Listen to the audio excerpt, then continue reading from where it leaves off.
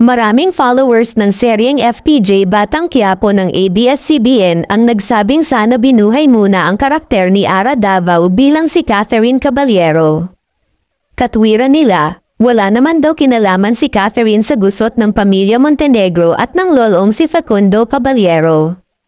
Maraming taga-subaybay ng BQ ang nanghihinayang kay Ara na pwede rin daw sanang maging love interest ni Coco Martinez Tanggol dahil may chemistry din sila.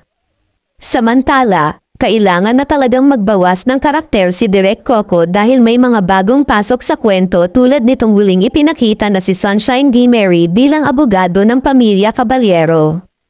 Samantala, ipinost ni Ara sa Instagram stories ang mga larawang kasama ang pamilya Caballero headed by Jaime Fabregas, Tessie Tomas at Elijah Panlas. May larawan din sila ni Coco nung unang magkita sila habang nakaburol ang Kuya Pablo niya at sa Quiapo nang ipagtanggol siya sa magnanakaw. Ipinost din nito ang mga highlight scenes niya at ang pasasalamat bilang parte ng FPJ Batang Quiapo na pinangarap niya at isa-isa niyang binanggit ang mga pangalan lahat mula sa mga directors at co-actors at ang kanyang management company.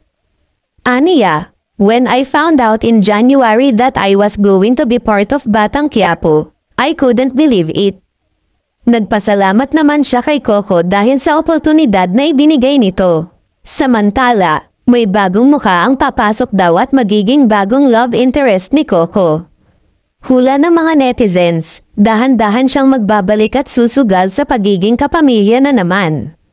Mukhang si Maha Salvador ang tinutukoy, di ba? Dahan-dahan ang hit single niya, at magbabalik at susugal, at naghahanda na siya sa pagbabalik nito.